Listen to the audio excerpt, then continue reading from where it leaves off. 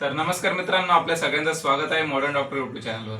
तर काल आपण जसं पदार्थ विज्ञानची एमसीक्यू बघितले, तुम्हाला काल पदार्थ विज्ञानची आपण पीडीएफ दिली होती की तिच्यातून तुम्हाला एमसीक्यू येतील बुवा असं. तर आजच आपण काय करतोय, पदार्थ विज्ञानचा पेपर 1 प्रिडिक्ट करतोय. कुंदन सरांनी काही क्वेश्चन्स काढले जे की तुमच्या पेपर 1 मध्ये येतील आणि येतीलच अशी गॅरंटी आहे. तर कुंदन सर तुम्हाला ते एक्सप्लेन करतील. तर मित्रांनो, आज आपण बघणार आहोत पदार्थ विज्ञानचे प्रेडिक्शन. पेपर 1 तुमचा आता उद्या आहे, त्याचं प्रेडिक्शन बघणार आहोत. तर पहिल्या चॅप्टरमधून तुम्हाला इम्पॉर्टंट आहे आयुर्वेदाचे लक्षण व प्रयोजन, आणि त्यानंतर सिद्धांत. त्यामध्ये तुम्हाला सिद्धांत दिलेले आहेत काही, तसेच अधिकरण, अभ्युपगम हे येऊ शकतं, एसीक्यू साठी येऊ शकतात. त्यानंतर सेकंड चॅप्टर आहे पदार्थ निरूपण. पदार्थ निरूपणमध्ये तो पदार्थाची लक्षणं, पदार्थाचा विभाग म्हणजे वर्गीकरण आणि सप्तपदार्थ हे टॉपिक तुम्ही नक्की करून जा. आणि त्याच याच्यामध्ये दर्शन पण टॉपिक तुम्हाला दिलेलं आहे. दर्शन मधले 4 दर्शन करून जा: योग दर्शन, मीमांसा दर्शन, वैशेषिक दर्शन आणि 4 वाक दर्शन. हे सगळ्यात इम्पॉर्टंट दर्शन आहे, हे तुम्ही नक्कीच वाचून जा. त्यानंतर आपण बघणार आहोत द्रव्य वर्गीकरण. सगळ्यात इम्पॉर्टंट चॅप्टर आहे. एलक्यू साठी याच्यामधून क्वेश्चन येतात द्रव्य वर्गीकरणावरून, कारण कारणवर. त्यानंतर द्रव्याचे लक्षणं हे एसीक्यू साठी तुम्हाला येऊ शकतं. पंचमहाभूत उत्पत्ती.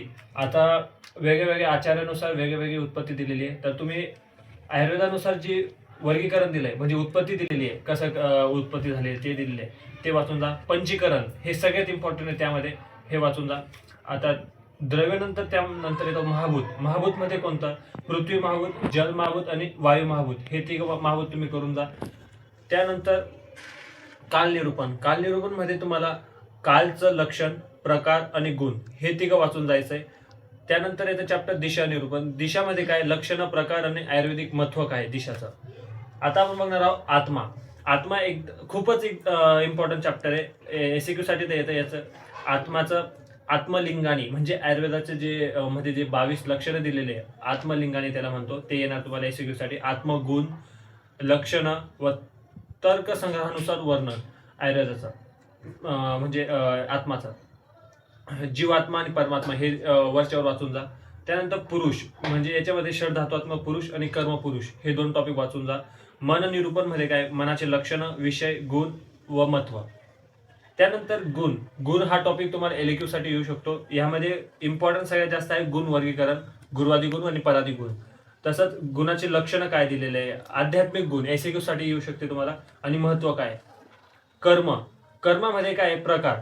जे प्रकार दिलेले तुम्हाला पंचकर्म ते वाचून जा. प्रकार दिलेले तर्कसंग्रहानुसार, लक्षण आणि परिभाषा. सामान्य विज्ञान आणि म्हणजे सामान्य विशेष सिद्धांत याच्यावर तुम्हाला एलक्यू येऊ शकतो, ते बघून जा.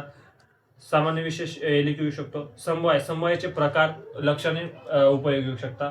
अभाव. अभावमध्ये काय? अभावाचे पण लक्षण, प्रकार हे 2 इम्पॉर्टंट आहे. आणि एक्सेप्शनल मध्ये जर तुम्हाला वाद आले तर परिणामवाद किंवा सत्कार्यवाद हे वाद येऊ शकता, तर ते पण वाचून जा. एकदा बघून घ्या काय आहे काय नाही. त्यानंतर तुम्हाला उद्याच्या पेपरसाठी ऑल द बेस्ट. धन्यवाद.